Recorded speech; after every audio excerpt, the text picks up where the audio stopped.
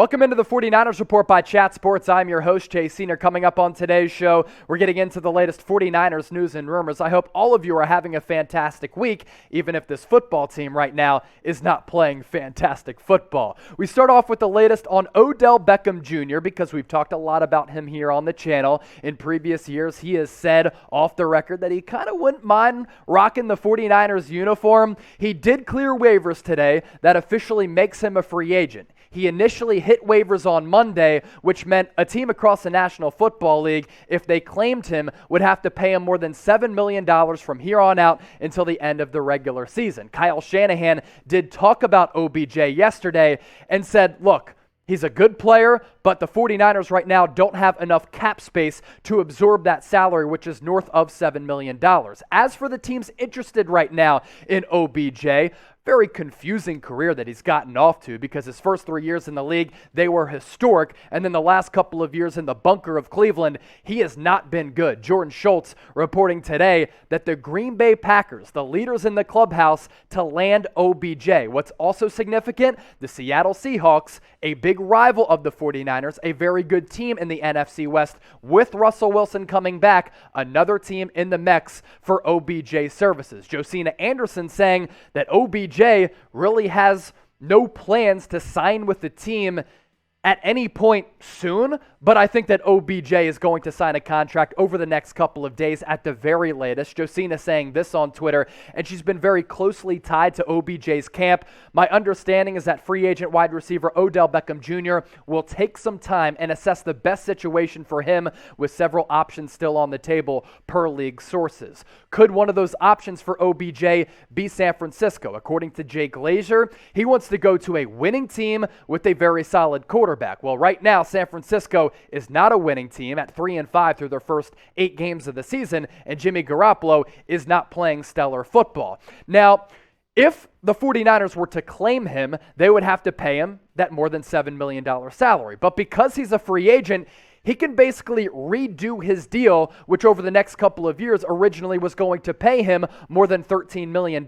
As of right now, the 49ers have $3 million in cap space. OBJ could come cheap, but if the 49ers wanted him and OBJ wanted to sign for more than $3 million, there's always financial gymnastics that you can go through. So with that, we pivot to the 49ers injury report because OBJ has been an off-injured player the last couple of years in Cleveland. Mike McGlinchey, we covered this here on the 49ers report, going to be out for the rest of the season as he tore his quad against the Cardinals in that game on Sunday. Tavon Wilson likely going on IR with a foot injury. Mohamed Sanu injured his knee as he fell awkwardly on it, actually returned to the game, but he's probably going to go on IR as well.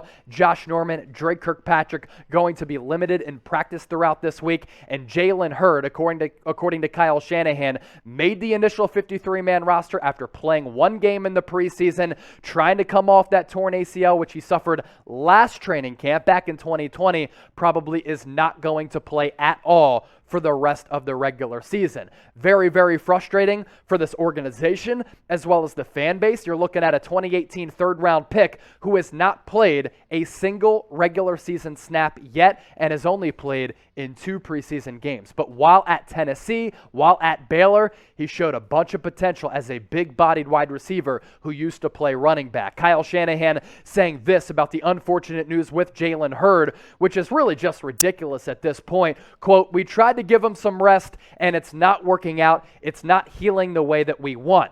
During his rookie campaign, suffered a back injury. He was lost for his entire rookie season.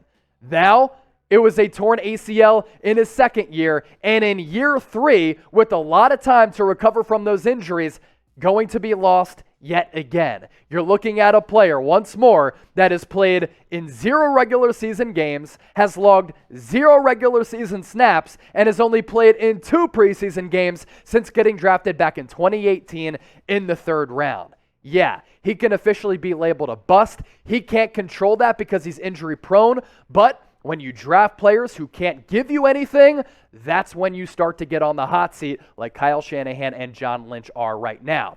So do you think Jalen Hurd will ever play a game, not just for the 49ers, but in his NFL career, Let me know right now. Hop into the comment section. Type P for play. Type W for he won't play. We love our audience interaction here at Chat Sports. Chime in right now in the comment section.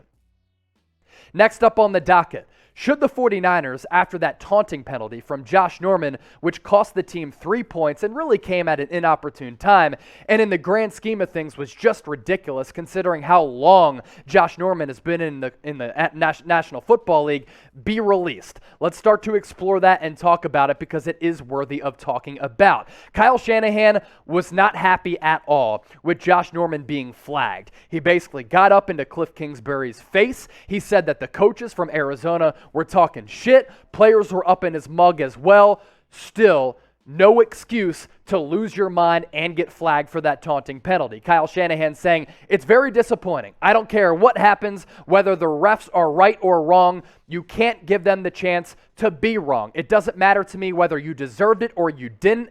It's that you got it. And it's very easy to avoid those. And I thought this was pretty telling from the best player on this 49ers defense, and Nick Bosa. Quote, definitely one we should have avoided there. Josh Norman is a former All-Pro. He has made it to Pro Bowls throughout his career. He's a journeyman right now.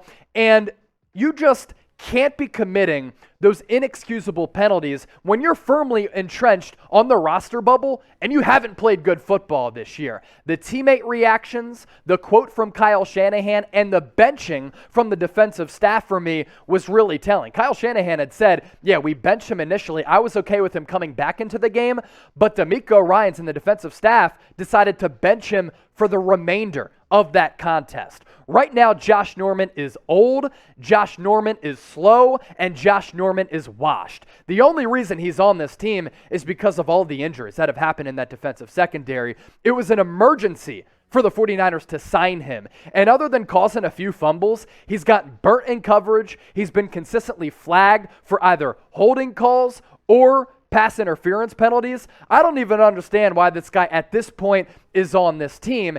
And I can't figure out why guys like Deommodore Lenoir, as well as Ambry Thomas, two of your draft picks in the 2021 NFL Draft, are not playing right now. If you play Deommodore Lenoir, as well as Ambry Thomas, are they going to be that much worse than Josh Norman, who's clearly washed right now, and Drake Kirkpatrick, who got straight up Madden truck sticked in that game? No! Give the rookie some valuable playing time because I can guarantee you they're going to be better than the services that Norman has given you and what Drake Kirkpatrick are giving you.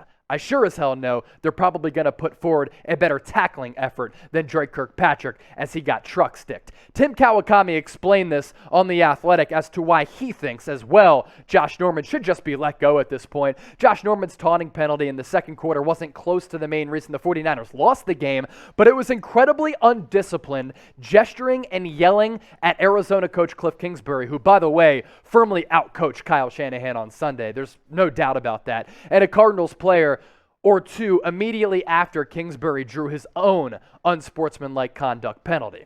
I've explained my feelings on this. I want you to explain your feelings right now in the comment section. Do you think the 49ers should release Josh Norman? It's a simple question, easy answer. Type R for release, type K for keep. Let me know right now. 49ers Report is presented to you by our sportsbook partner, BetUS. I'm going to tell you here how you can get a free San Francisco 49ers jersey. You go to chatsports.com/49bet and you enter the promo code Niners125. All of that information on the screen right now. You put in $100, and by using that link in that promo code, you get an additional $125 back. You do all of that, and you lay down a bet, and then you email us, jersey@chatsports.com. We will send you a free 49ers jersey right now in all sizes and colors. We have jerseys available for Nick Bosa, Trey Lance, and George Kittle. One of the best edge rushers in the league, one of the best tight ends, and hopefully the future face of the franchise in Trey Lance. Follow all those steps, lay down a bet, email us, jersey@chatsports.com, letting us know that you followed all those steps, and we will get you hooked up with the free 49ers jersey.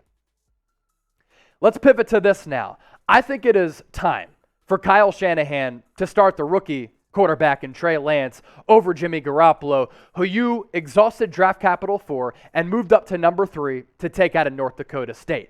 Jimmy Garoppolo has been fine this year. He hasn't been great. He hasn't been awful. He's been about average and maybe just a bit above average. You take a look at his numbers here in 2021. He's completing 65% of his passes, which is just a tad below league average. He's thrown 8 touchdowns to 5 picks, which isn't going to knock your socks off by any means. He hasn't even thrown through 8 games for 2,000 yards, and his average yards per attempt is actually pretty solid at 8.2. Jimmy Garoppolo against the Arizona Cardinals and throughout this year has never really been the reason why San Francisco loses outside of that Colts game in which he was just horrendous. But here's my problem with Jimmy Garoppolo. He's never been the reason why the 49ers have won games. And even if you go back to 2019 when the Niners made that magical run to the Super Bowl, Kyle Shanahan didn't ask him to throw the football at all in those 2 playoff games against the Vikings and as well as against the Green Bay Packers. It was the running attack in which the 49ers were just completely dominant. So that's my issue with Jimmy G. He might not be the reason why the 49ers go down with defeats, but he's never really the reason why they end up winning games. And at 3-5, 8 games into the season, about at the halfway mark of the 17-game regular season schedule, are the 49ers right now any worse with playing Trey Lance? I think that they can be much better, and I'll explain my reasonings for that here coming up in just a bit. And if you look at all of the rookie quarterbacks who have played with some decent sample size here in 2021, rookie quarterbacks need reps. Rookie quarterbacks need experience. And with those reps and with that aforementioned experience, they're able to grow over time. And there are going to be rookie struggles. There are going to be growing pains. But Justin Fields is a great example of what happens if you are able to just survive and deal with some of those growing pains, because that experience is so beneficial at the end of the day. And I don't want to be in a situation next year where the 49ers are once again ready to win right now and Trey Lance is an inexperienced player, because if they don't start him next year, what the hell is this organization doing? I talk about Justin Fields, what he was able to do against one of the best pass rushes in the league, led by TJ Watt, and one of the best overall defenses with a secondary that's stacked and a defensive-oriented coach in Mike Tomlin was phenomenal.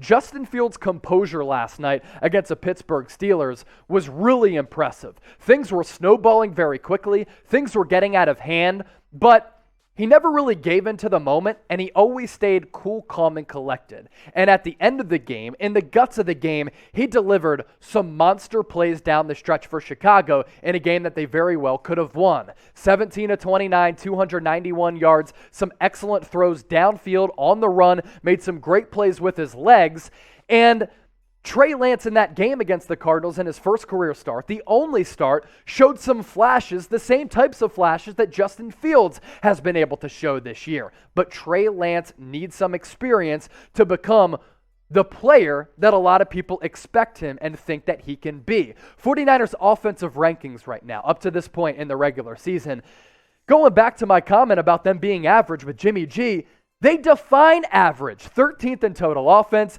18th in points per game, 13th in passing yards per game, 14th in rushing yards per game, and they've turned the football over the 6th most times in the National Football League. Right now, the overall bird's eye view of the 49ers offense, they define mediocrity. And when you're a mediocre offense, you're a mediocre football team, which is what the 49ers are right now, you're basically just stuck in purgatory with nowhere left to go. Kyle Shanahan continuously this year has schemed guys open, and Jimmy Garoppolo has either missed throws or missed the reads. Go to my Twitter page, @Chase_Senior. I tweeted out a clip in which Mohamed Sanu was wide open, and Jimmy Garoppolo just missed the read. Now, all quarterbacks do that, and Trey Lance will probably do that at some point as well. But it's been a common theme that continues to happen, not just this year, but in years past with Jimmy G as well. Again, Trey Lance needs the experience. Give it to him right now. At last thought, I think Trey Lance would make the offense more explosive, which they haven't been. I think he'd make the offense less predictable because he can throw it and he can run it. I think he would help out the run game because of the dual threat nature to his game. I think because the run game could get going, which has also been average this year, as I just showed you, the downfield pass game off the play action could improve, and Trey Lance has a much better arm than Jimmy Garoppolo to take the top off of the defense. And so many times this year, the 49ers offensive drives have just been so methodical and so slow with the just lack of explosive plays. I think Trey Lance would give this offense a lot of explosive plays. Pick one right now to be the starting quarterback for the San Francisco 49ers. They're 3-5 right now. They're a mediocre offense. The numbers don't lie. Type JG for Jimmy G, TL for Trey Lance. Get those votes in the comment section.